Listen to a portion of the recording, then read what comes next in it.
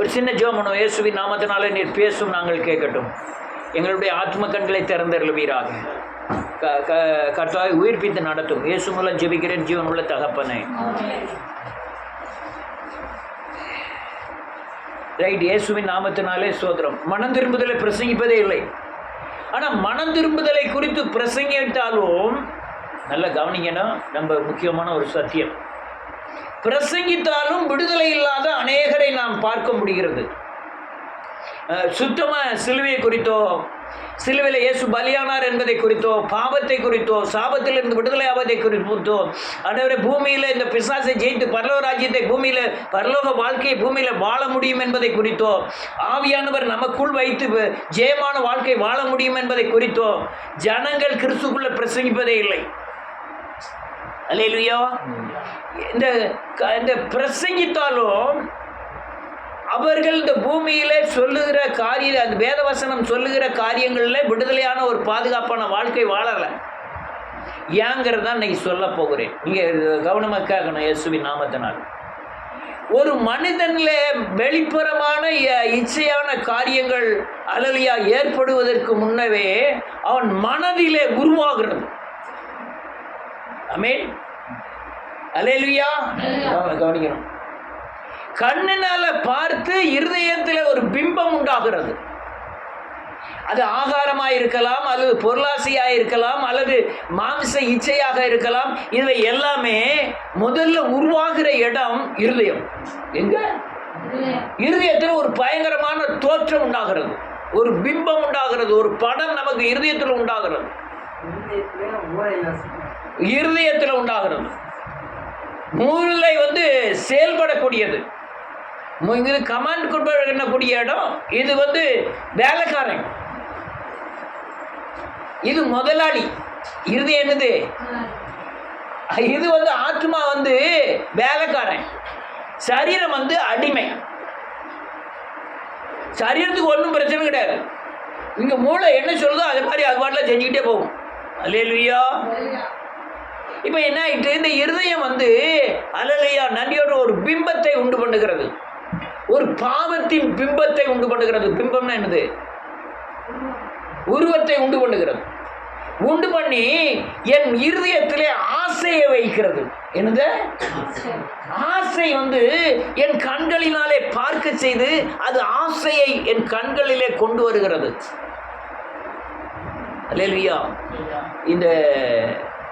இது இயேசுவின் நாமத்தினாலே. இந்த ஏவாளுக்கு இந்த தள்ளப்பட்ட கனி இருக்க, அது பார்வைக்கு எப்படி இருந்தோம்? அழகான இருக்கு. பார்வைக்கு இன்பமோ, பார்வைக்கு அவருக்கு இன்பமா இருக்கு. ஏன் இன்பமா இருந்தது? எல்லா பழமா இருந்தா அதையும் படைச்சாரு. அந்த பழம் மாத்திரம் இன்பமா இருக்க காரணம் என்ன? உள்ள பேயின் கிரியைகள் அவன் இருதயத்தில் இந்த பழத்தை இன்பமாய், அது பார்வைக்கு ஏற்றதா இன்பமாய் மாற்றியது. அல்லேலூயா. இந்த இன்பமாய் இருக்கிற இந்த கண்களினாலே பார்த்த உடனே அது ஆசை வைக்கிறது. என்ன வைக்கிறது? நீ ஒரு நாள் ஒரு தடவை பார்க்கறதுல தப்பே கிடையாது, ரெண்டாவது தடவை திரும்பி பார்க்கலாம், அது தவறு. இது ஆசை வச்ச உடனே இந்த இருதயம் அல்லேலூயா ஆசையானது இச்சையாய் மாறுகிறது. சமயத்தை தேடுகிறது இச்சை. ஆமென். இச்சை என்னாவது பாவமாய் மாறுகிறது. பாவம் என்ன செய்து? மீற செய்து, அக்கிரமங்களை செய்து சாபமாய் மாற்றுகிறது. சாபம் என்ன செய்து? ஆவி ஆத்மா சரீரத்தை மரணிக்க செய்கிறது. என்ன செய்யுது? சில நேரத்தில் ஆத்மா மறிச்சிடும், சில நேரத்தில் சரீரம் மறிச்சிடும், சில நேரத்தில் ஆவி மறிச்சிடும். பாவத்தின் சம்பளம் மரணம். இந்த சம்பளத்தை கொடுக்கறதுக்கு அது ரெடியா இருக்கும். நீங்க எல்லாரும் நடப்ப தான் சொல்லுவேன், எல்லாரும் சகோதரிங்கிற முறையில் தான் நான் பேசிக்கிட்டு இருக்கேன்.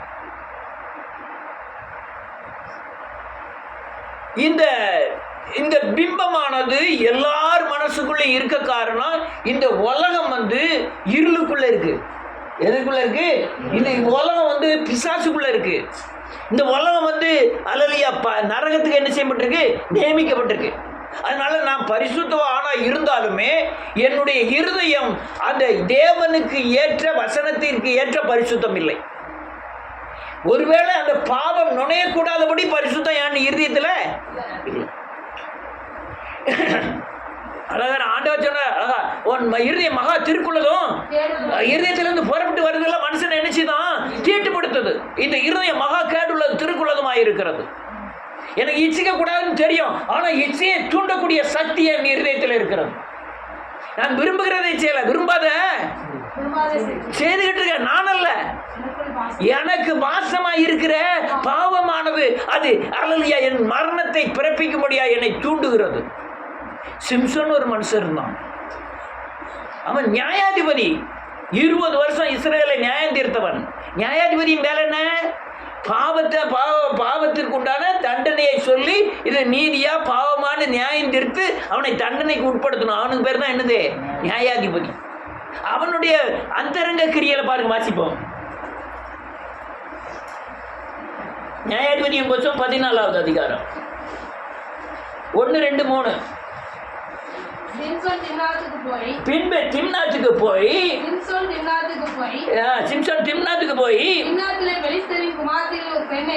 கண்டு திரும்ப வந்து ஆமென்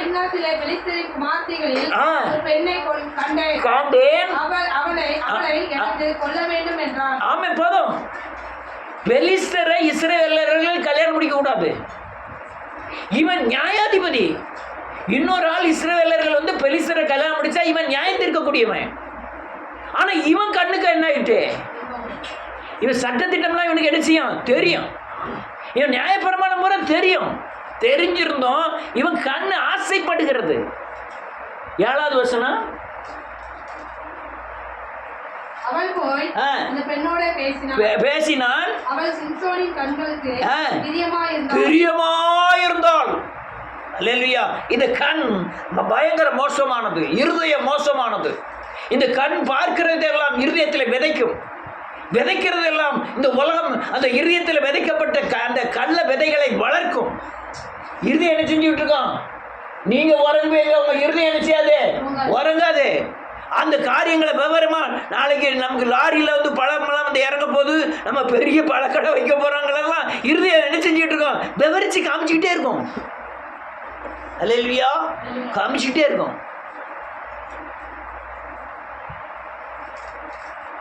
அது சொப்பனங்கிறது வேற, இந்த எண்ணங்கள் அந்த அது கற்பனை உலகங்கிறது வேற. அப்படி இந்த இருதயம் பேசிக்கிட்டே இருக்கும். நீ இந்த பாரு, அவன் கண்ணுக்கு அழகா இருக்கா, அவளை நீ தான் கொல்லணும், நீ தான் கெட்டணும், வைக்கணும், பேசிக்கிட்டே இருக்கும். இவன் விதை என்ன செஞ்சுட்டு விதைக்கப்பட்டாச்சு. வாசி 1 வசனத்தை. யாக்கோபின் புஸ்தகம் 1வது அதிகாரம் 14வது வசனம். அவன் சுய இச்சையினாலே இழுக்கப்பட்டு சிக்குண்டு சோதிக்கப்படுகிறான். அவன் சுய இச்சை எங்க விதைக்கப்பட்டு? இருதயத்தில். இப்போ இந்த இருதயத்தில் விதைக்கப்பட்டிருக்கிற எண்ணங்கள் யாருக்கு என்ன செய்யாது? தெரியாது. ஆனா உள்ள மரம் என்ன செஞ்சுக்கிட்டு இருக்கோம்? வளர்ந்துக்கிட்டே இருக்கும். அது பெரிய மரமா வளர்ந்து பெரிய கொலையில கொண்டு விட்டுரும். நான் இப்போ அடிக்கடி பார்க்குறேன்,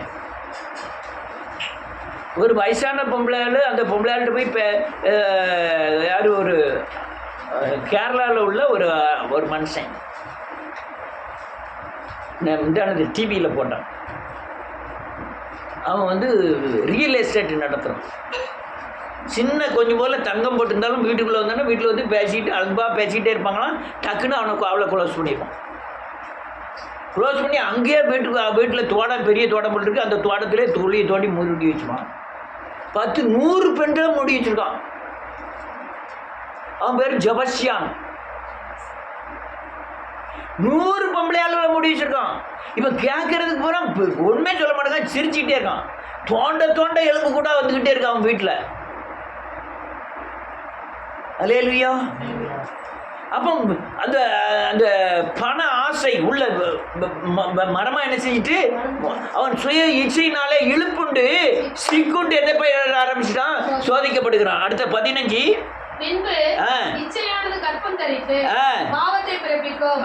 இச்சையானது கற்பம் தரித்து பாவத்தை பிறப்பிக்கும். பாவம் பூரணமாகும். ஒரு நிமிஷம். இந்த கற்பவதியை நான் கிளாஸில் 10ஆம் கிளாஸில் எப்பவும் படிச்சிருக்கேன். கற்பம் ஆயிருக்கோம்னு 2 மாசமா நிச்சயாது தெரியுமா? இன்னும் ஒருத்தர் ஒன்றும் சொல்ல மாட்டேங்குது.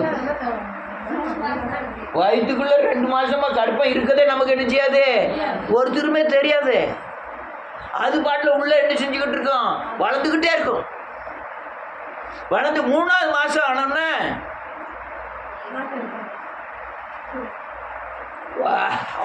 அப்படின்னு வாங்கி எடுக்க ஆரம்பிக்கும். அல்லேலூயா. 4ஆவது மாதம் ஆனவுடனே எல்லாரும் மாம்பழம் சாப்பிடுவாங்க, இவங்க மட்டும் மாங்காயை திம்பாங்க, சாம்பலை அள்ளி அள்ளி திம்பாங்க. தேவனுடைய காரியங்கள்லாம் வாயில் எடுக்க ஆரம்பிக்கும். அவன் எல்லாரும் பழத்தை விரும்புவாங்க, இவங்கெல்லாம் என்னத்தை விரும்புவாங்க, தேவனுடைய கனியை என்ன செய்ய மாட்டாங்க, விரும்ப மாட்டாங்க. உள்ள என்னது, பாவம் என்ன செஞ்சுட்டு கற்பம் தரிச்சிட்டு ஆராதனை பிடிக்கும். ஆண்டவரை பற்றி பேசுனாலே கசப்பா இருக்கும். அல்லேலூயா. தேவ ஆராதனைக்கு போகணுன்னாங்களே அவங்க உள்ள என்ன விதைக்கப்பட்டுட்டு, பாவம் விதைக்கப்பட்டுட்டு. இந்த கற்பவள்ளிங்க வரும்போதே 3 வாரத்துக்கு முந்தியாவது பேசி நடக்கலாம் வித்தியாசமாயிட்டு. நீங்கள் கண்டுபிடிச்சாலே இல்லையா? இனி யாரும் வாங்கன்னு கேட்க மாட்டேங்காங்க, அங்கே அப்படி முழிக்காங்க, இப்படி என்கிட்ட கூப்பிட்டு சொல்லுது, ஒன்று ஒன்றா சொல்லுது என்கிட்ட.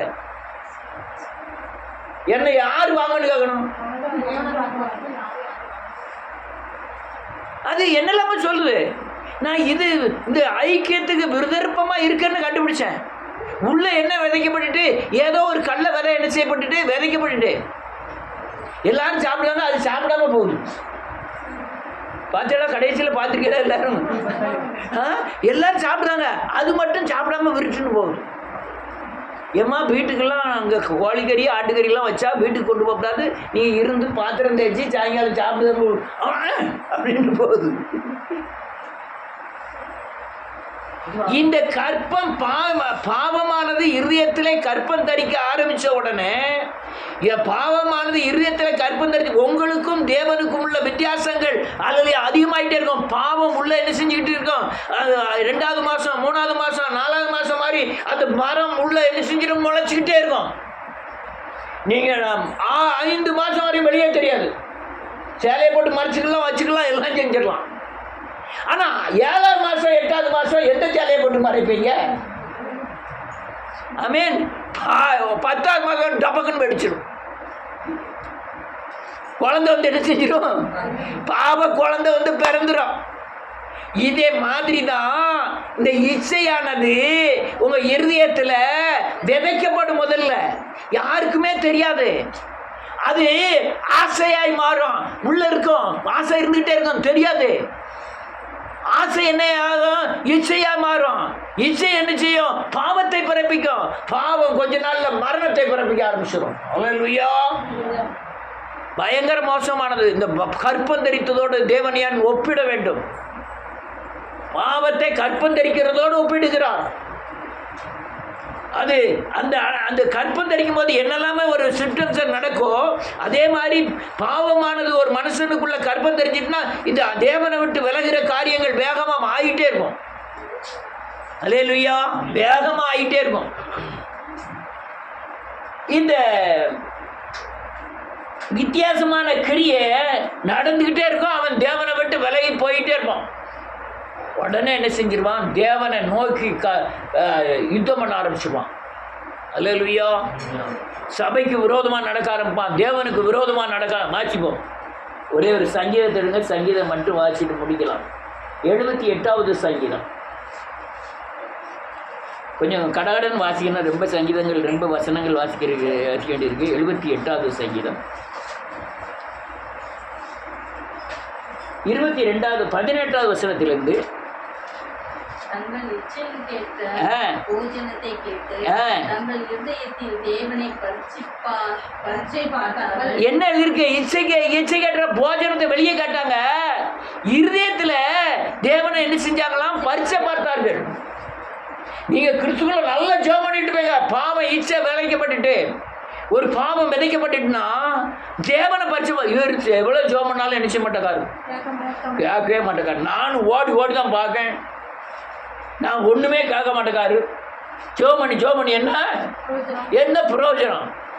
இப்போ ஒருவேளை அவங்க வெளியே சொல்லாம இருக்கலாம், உள்ள நினைவும் உள்ள அறிக்கை இது ஓடிக்கிட்டே இருக்கும். நம்மளும் பிரயாசப்பட்டுக்கிட்டு தான் இருக்கோம். ஞாயிற்றுக்கிழமை தவிர போக தான் செய்தோம். நமக்கு ஒன்றுமே நல்ல காலங்க இது. அங்கே 4 நாள் தூக்கி வீசுறோன்னு நடக்கிற காதை இல்லை. நீங்கள் தேவனை எவ்வளவு தூரம் சேவிக்கிறீங்களோ அந்த அளவுக்கு உங்கள் ஆத்மாவில் உண்டாகிற அசைவு தான் ஆசீர்வாதம். என்ன சொன்னேன்?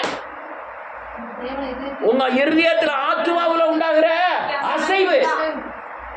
உங்க வெளியே பெரிய கோடகோபுரம் மாட மாளிகை கிடைக்காது. உள்ள ஒரு தேவ சமாதானமும் உள்ள தேவன் நடத்துகிற ஒரு பயங்கரமான கிரியைகள் உங்களுக்குள்ள நடக்கும். அல்லேலூயா.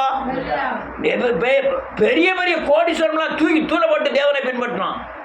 காரணம் அவன் ஆத்மாக்களை ஏதோ ஒரு அசைவு உண்டாகுது. சொல்ல புரியுதா? ஒரு பயங்கரமான அசைவு. எல்லாத்தையும் தூக்கி அல்லையா பெரிய பெரிய பெரிய அதிகார மையத்தில் வேலை பார்த்தவங்கலாம் அடிமைமான நின்று தேவனுக்காக நிற்கக்கூடியவங்களாம் மாறுதாங்க. ஏன் தெரியுமா? அவன் வெளிப்புறமான காரியங்கள் இல்லை, உள்ள தோணுகிற ஒரு காரியங்கள், உள்ள உண்டாகிற ஒரு அசை உள்ளான மனுஷன் இல்லை. அல்லையா இவங்க இச்சை உண்டானதுனால அவர்கள் இருதயத்தில் தேவனை பரீட்சை பார்த்தாங்க. அடுத்தல 19 அவர்கள் தேவனுக்கு விரோதமாய் பேசி தேவன் வனாந்தரத்திலே போஜன பந்தி ஆயத்தப்படுத்த கூடுமோ இதோ அவர் கட்டளை அடித்ததினால் தண்ணீர் புறப்பட்டு நதிகளாய் புறப்பட்டு வந்தது. அவர் அப்பத்தை கொடுக்க கூடுமோ நம்முடைய ஜனத்திற்கு மாம்சத்தையும் ஆயத்தப்படுத்துவாரோ? நேற்று உங்களை பெரிய சாகுல இருந்து தூக்கியிருப்பாரு.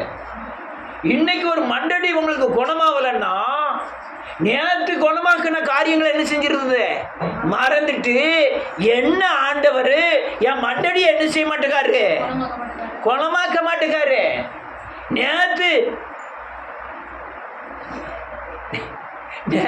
நேற்று குணமாக்குறது என்ன செஞ்சிருந்தது மறந்துருந்தது.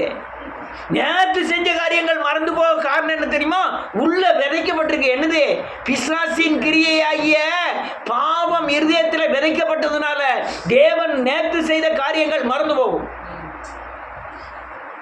அற்புதம்னா என்ன தெரியுமாங்க? உலகத்தில் எந்த மனுஷனும் செய்திராதுதான் அற்புதம். யாரும் செய்ய முடியாதுதான் அற்புதம். அற்புதம்னா என்ன? யாராலையும் எந்த சயின்ஸுக்குள்ளேயும் அடங்காது, எந்த மனுஷனுடைய புத்திக்குள்ளும் அடங்காது. அதுதான் அற்புதம். எது அற்புதம்? மலடி பிள்ளைத்தாச்சியா மாறுதல்ல, அதுதான் அற்புதம். செங்கடலை 2 கோலை வச்சுக்கிட்டு ஒரு கோலை வச்சுக்கிட்டு பிறக்கம்ல, அது என்னது? அற்புதம். கடலின் மேல் நடந்தார்ல, அற்புதம். குஷ்டரோகியை இதுவரை யாருமே சுகமாக்க முடியாது. இப்பவும் உலகத்தில் சுகமாக்க முடியாது.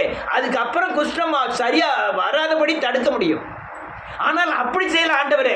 குஷ்டரோகி என்ன செஞ்சிட்டாரு? கம்ப்ளீட்டா முழு விரல என்ன செஞ்சுட்டு வந்துட்டு.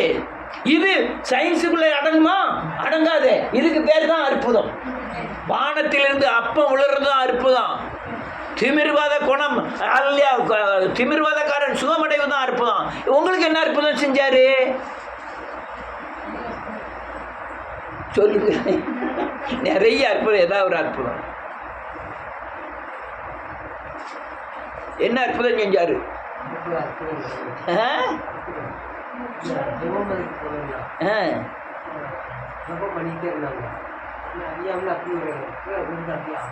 அப்படியே அதை பின்பற்றுங்க, அதை அப்படியே பின்பற்றுங்க. அற்புதம் என்னையா? நான் சொல்லுங்க, ஓனாயா இருந்தேன், என்னைய ஆட்டுக்குட்டியா மாத்திட்டாரு. இது எந்த ஆஸ்பத்திரியிலும் போய் மாத்துங்க பார்ப்போம். என் சுபாவத்தை என்ன செஞ்சிருக்கிற மாத்திருக்காரு. என் தலைமுறை சாபங்களை மாத்தி இருக்கிறாரு. யாராலையும் என்ன செய்ய முடியாது, மாற்ற முடியாது. பெரிய குடிகாரன் இன்னைக்கு பைபிள் எடுத்து பேசிக்கிட்டு இருக்க. என் கூட இருந்தவன் சொல்லலாம், நீ எல்லாம் ஒரு ஊழியக்காரனா, நீ பைபிள் எடுத்து பேசி 4 பேர் கேட்காங்களா? கேட்காங்க. இது யார் செயல்? தேவ செயல். இது அற்புதம். இது என்னது? அற்புதம். அல்லேலூயா. அதெல்லாம் என்ன செஞ்சிருந்தது? மறந்துட்டு தேவன் எனக்கு என்ன செஞ்சாரு உடனே கேட்கறது, நீர் வனாந்தரத்தில் தண்ணியை வரக்கூடுமோ, நீ அப்படி செஞ்சிருவேரோ, இப்படி செஞ்சிருவேரோ, அப்படி சொல்லும் போதுதான் தேவனுக்கு பயங்கர கோபம் வருது. அல்லேலூயா. பயங்கர கோபம் வருது. அல்லேலூயா. சுவாபத்தை மாற்ற இயேசு கிறிஸ்துவை தவிர யாராலையும் முடியாது. நீங்க 1000 கோயிலில் போய் மொட்டை அடிங்க, அல்லது எச்சியலையில் உருண்டு அங்க பிரதர்சனம் பண்ணுங்க, அல்லது எந்த குளத்துல பொங்குங்க, கோயிலில் பொங்குங்க, உங்க சாபத்தை நீக்கக்கூடிய ஒரே சக்தி இயேசு கிறிஸ்துவுக்கு மட்டும்தான் உண்டு. சவால்னா விடுறேன், உங்க முன்னால எத்தனை பேர் நான் நிப்பாட்ட முடியும். அல்லேலூயா. ஆனா இதுதான் அற்புதம். இன்னைக்கு ரத்தம் சென்று கக்கி சாகக்கூடியவர்கள், நம்ம கைகால் இழுத்து கடையில் கிடந்து சாகக்கூடியவர்கள், ஆஸ்மா கம்ப்ளைண்ட்ல சாகக்கூடியவர்கள், அதெல்லாம் விட்டுட்டு கர்த்தர் நம்ம எப்படி வச்சிருக்கிறாரு? ஆமென். ஆமென் சொல்லுங்க. விடுதலை ஆனவங்க ஆமென் சொல்லுங்க. அல்லேலூயா. அப்படிதானே? ஆனா நம்ம எண்ணங்கள் அதை செஞ்சவர் இதை செய்தாருன்னு எண்ணமே. ஆனால் கர்த்தருக்கு என்ன விசுவாசிக்க குடும்பம் 21வது வசனம் சொன்னோன்னே 22வது வசனத்தில் யாக்கோப்புக்கு விரோதமாய் அக்கினி பற்றி இல்லை, 21வது வசனம், கர்த்தர் அதை கேட்டு கடும் கோபம் கொண்டார்.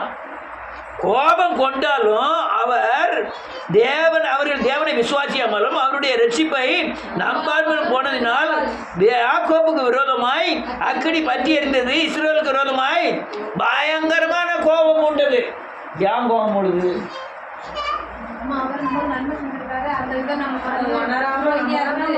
அதுதான் கோபம்.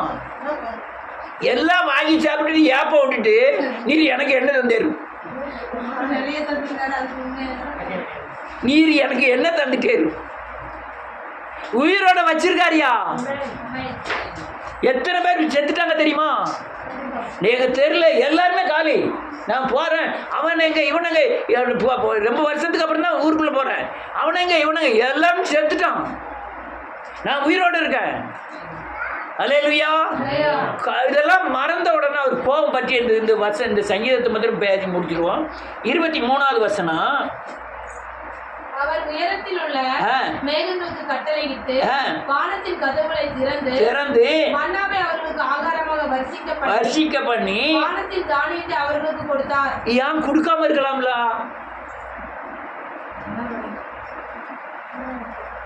அற்புதம் செய்தாரு. வானத்துல இருந்து தானியம், வானத்துல எப்படியா தானியம் போச்சு?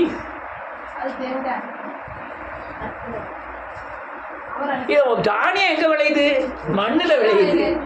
அங்க வயக்காடு என்னமோ வச்சிருக்காரா, அங்க மிஷின் என்னமோ வச்சிருக்காரா? வானத்திலிருந்து அப்பா உள்ளது, தானியம் வானத்திலிருந்து உள்ளது. அற்புதம். இவ்வளவு செஞ்சுட்டு இவங்க பூரா அவரை எதிர்த்து பேசுறான். ஆனாலும் தேவன் இறங்கி அவங்களுக்கு கொடுக்க, அதான் இறக்கம். அல்லேலூயா. அடுத்த வாசிப்போம். நேராவது. தூதர்களின் அப்பத்தை மனுஷன் சாப்பிட்டான், அவர்களுக்கு ஆகாரத்தை பூரணமாய் அனுப்பினார். ஆகாசத்தினாலே கீழ்காற்றை வரப்பண்ணி தம்முடைய வல்லமையினால் தென்றலையும் வீச செய்து மாம்சத்தை துளந்தனையாகவும் சிறகுள்ள பறவைகளை கடற்கரை மணல்ந்தனையாகவும் வர்ஷிக்க பண்ணி அவைகளை அவர் பாளையத்தின் நடுவிலும் அவர்கள் கூடாரங்களை சுற்றிலும் இறங்க பண்ணினார். அவர்கள் புசித்து திருப்தி அடைந்தார்கள், அவர்கள் இசித்ததை அவர்களுக்கு கொடுத்தார். அல்லேலூயா. எவ்வளோ பெரிய ஆண்டவர்! என்ன அர்த்தம் தெரியுமா? திங்கிறது தின்னுங்க, போங்க. நான் ஆண்டவர்கிட்ட போய் யார் மோசை போய் ஜெபம் பண்ணுவாங்க, ஆண்டவரே இவங்கெல்லாம் கண்ணுடி செஞ்சுட்டாங்க, உண்மை மட்டுப்படுத்திட்டாங்க, அதனால் இவங்களை தண்டியாது என் பேரன்னா என்ன செஞ்சிடும்? திருக்கி போட்டுரும். இவங்களை தண்டியாது இவ்வளோ தூரம் வந்து இப்படி கொண்டு போட்டீங்கன்னா சுற்றில் இருக்க மக்கள்லாம் இப்படி எகிப்திலேருந்து பிரித்தெடுத்து வனாந்திரத்தில் அழிச்சிட்டாருன்னு எல்லாம் சொல்லுவாங்க. ஆண்டவரே இவங்களுக்காக மன்னியம். அவர் என்ன சொல்ல தெரியுமா? சரி சரிப்பா, நீ முதல்ல என்ன செய்ய, நீ போயிட்டு அதுக்கப்புறம் நான் பார்த்துக்கிட்டேன். என்ன சொல்லார் பாருங்க, யாத்திராகமத்தின் புத்தகம் 32வது அதிகாரத்தில் வரும்.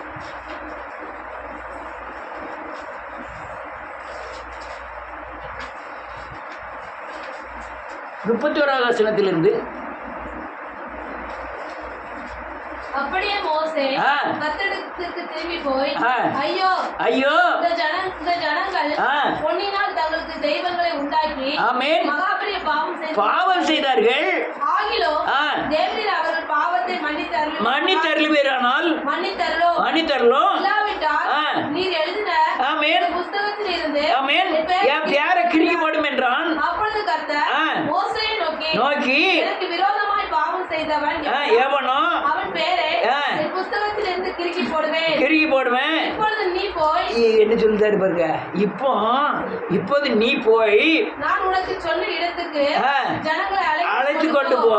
என் தூதனானவர் உனக்கு முன் செல்வார். ஆகிலும் என்ன எழுதியிருக்க? ஆகிலும் நான் விசாரிக்கும் நாளில், நான் ஒரு நாள் விசாரிக்கிற நாள்ல அவர்களுடைய பாவத்தை அவர்களிடத்திலே நான் விசாரிப்பேன். இப்போ புறப்பட்டு போ. இப்போ தேவனை தூசிக்கிறியா, வாங்கி எல்லாத்தையும் சாப்பிட்டுட்டு தேவனை மட்டுப்படுத்துக்கிறியா, போ. அதுக்குன்னு ஒரு காலம் வரும். இன்னொரு வசனத்தை வச்சு ரோமரில் இருக்குன்னு நீங்கள் 1 ரோமரின் புத்தகம் 1வது அதிகாரம் 28வது வசனம்.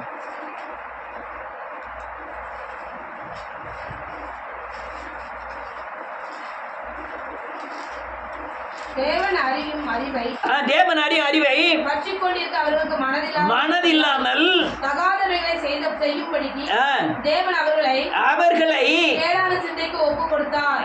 வேதம் சொல்ல தேவனை அறிகிற அறிவை அவர்களுக்கு பற்றி கொண்டிருக்க அவர்களுக்கு மனதில்லாதிருந்தபடினால் தகாதவைகளை செய்யும்படி தேவன் அவர்களை கேட எண்ணங்கள் புற கேடா மாறட்டுன்னு விட்டுட்டாரு. இப்போ போய்க்கோ, நான் பின்னால பார்த்துக்கிட்டேன். ஒரு நாள் நான் அதுக்குண்டான தீர்ப்பை கொடுக்குறேன். அல்லேலூயா. அடுத்தால என்ன எழுதி பாருங்க, அவருக்கு இந்த சங்கீதத்தை எடுப்போம். 78வது சங்கீதம். அல்லேலூயா. உங்களுக்கு ஸ்தோத்திரம் ஆண்டவரே, உங்களுக்கு நன்றி. 29வது வசனம். அவர்கள் புசித்து திருப்தி அடைந்தார்கள். அவர்கள் இச்சித்ததை அவர்களுக்கு கொடுத்தார். அவர்கள் தங்கள் இச்சையை வெறுக்கவில்லை. அவர்களுடைய போஜனம் அவர்கள் வாயில் இருக்கும்போதே தேவ கோபம் அவர்கள் மேல் எரிந்தது. அவர்களில் கொழுத்தவர்களை சங்கரித்து மடிய பண்ணிட்டு போதும். எல்லாத்தையும் கொடுத்துட்டாரு. வயிறு நிறைய சாப்பிட்டான்.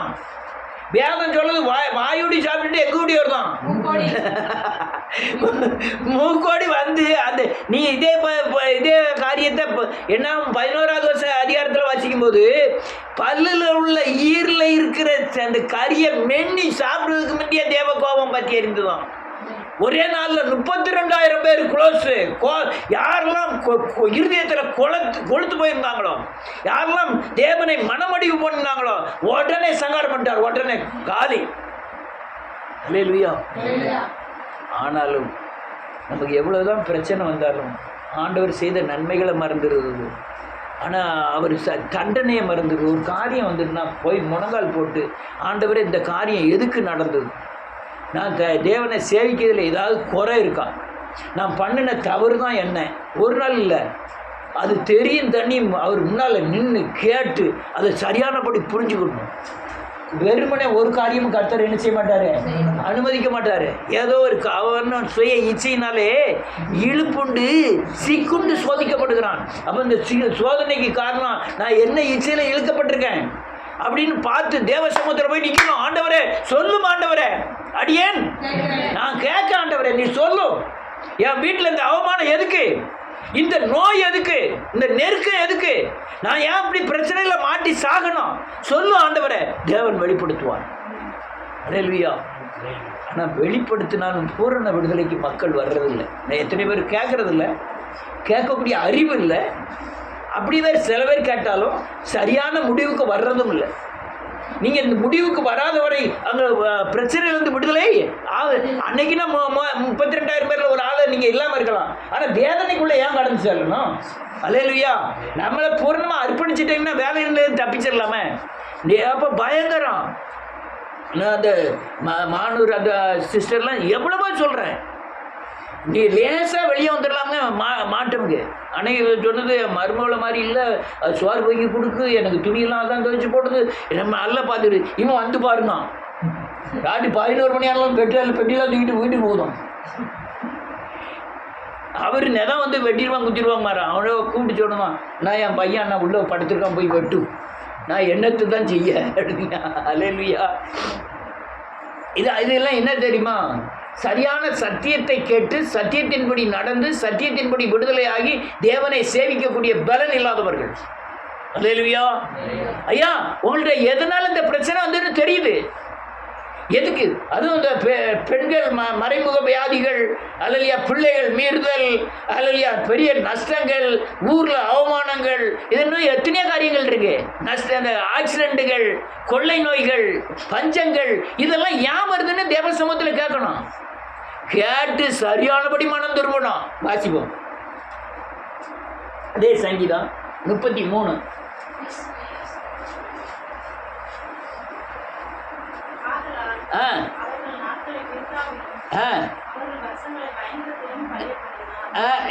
முந்தி 32 இவைகளெல்லாம் நடந்தும் அவர் செய்த அதிசயங்களை அவர்கள் நம்பாமல் ஓ என்ன சொன்ன திருப்பி என்ன இவ்வளவு காயப்பட்டிருக்கோம், இவ்வளவு அடிபட்டிருக்கோம், இவ்வளவு நஷ்டப்பட்டிருக்கோம், ஆனாலும் நம்ம திருப்பி அவரை என்ன செய்ய மாட்டோம், நம்ப மாட்டோம். அடுத்த என்ன இருக்கு? விருதாவிலும்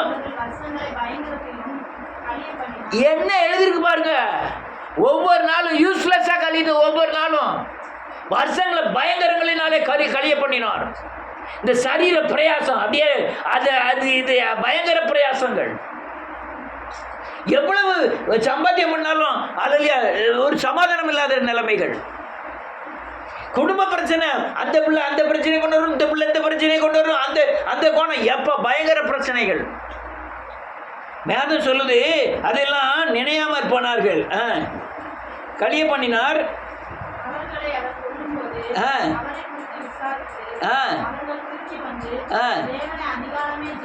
என்ன இப்போதான் கொஞ்சம் அறிவு வந்திருக்கு. என்ன வந்திருக்கு? அதிகாலமே 5 மணிக்கே பிரேயரில் கலந்துக்கிட்டு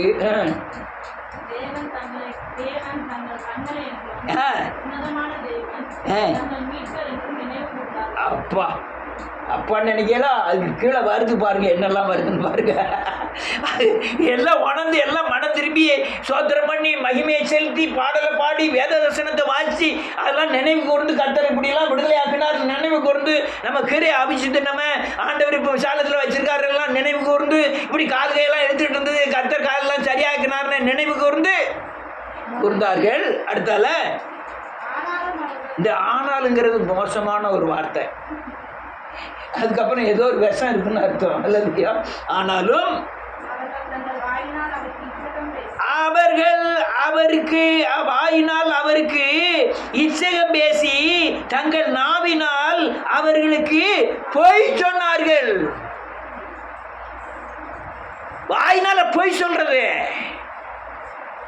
உண்மையை பேசுறது கிடையாது. அடுத்தால என்ன இருக்கு? முடிச்சிட்டேன்.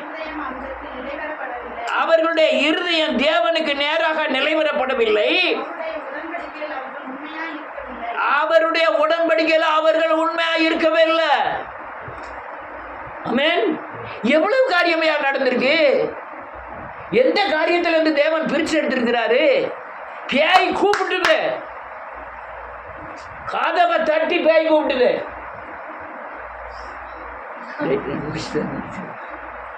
எங்க 3-4 பேர் இருந்து ஜோம் பண்ணிட்டு இருக்கோம்.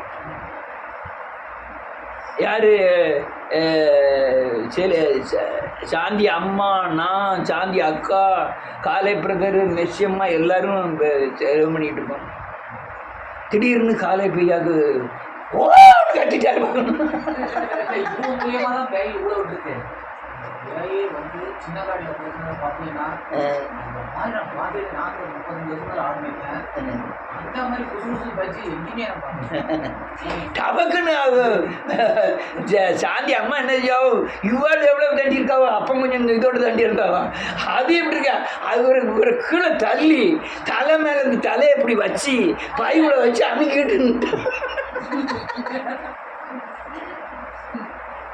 இப்போ நினச்சி பார்க்க முடியுமா அது எப்படி இருந்தது? இப்போ நாங்கள் உங்களுக்கு சொல்கிறதுலாம் ஏதோ சும்மா சொல்கிற மாதிரி இருக்கும். அந்த ஸ்பாட்டில் இருந்தால் எப்படி இருக்கும்? எனக்கு ஒத்தையில் வந்து வீட்டில் வந்து இப்போ ஜோமனுக்கே பயம். அப்போ தான் புதுசு நான் புதுசாக வந்திருக்கேன். அப்போ தான் உடனே ரவிகிட்ட போய் சொன்னேன் இப்படி இப்படி அந்த வீட்டில் அப்படிலாம் ஆடுதாரு வாரியான்னு. அவள் கொட்டுக்கிட்டு தான் தூக்கி வைத்து அப்படிலாம் பாட்டு பிடிக்க அவள் கொட்டு அடிக்க கொட்டு அப்போ என்ன ரத்த கோட்டைக்குள்ளே என்னட்டா போதும் வந்துடும் டங்கு டங்கு டங்கு ஆத்தாவாள். இல்லையா அப்படி இருந்ததை நினைச்சதுனால தான் இவ்வளவு நாளாக அவங்க கரெக்டாக இருக்கிறாங்க. மறந்துட்டாங்கன்னா நீங்கள் எங்கே இருக்கக்கூடிய அடுத்த என்ன இருக்கு? அவரோ அழிக்காமல் இரக்கமுள்ளவராய் மன்னித்தார். ஆமேன் ஆமேன். அநேக தரம் அதான் இறக்கம்.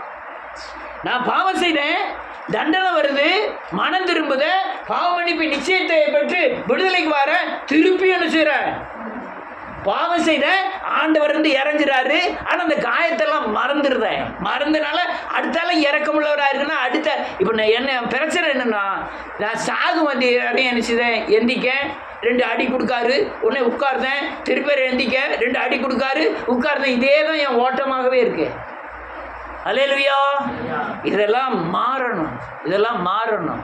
வேகம் உங்கள் இருதயத்தில் கள்ளம் விதைக்கப்படும் பொழுது, உங்கள் இருதயத்தில் மீறுதல் விளைக்கப்படும் போதே, உங்கள் இருதயத்தில் அக்கிரமங்கள் விதைக்கப்படும் பொழுது நீங்கள் சத்தியத்தை கரெக்டாக மீறுவீங்க.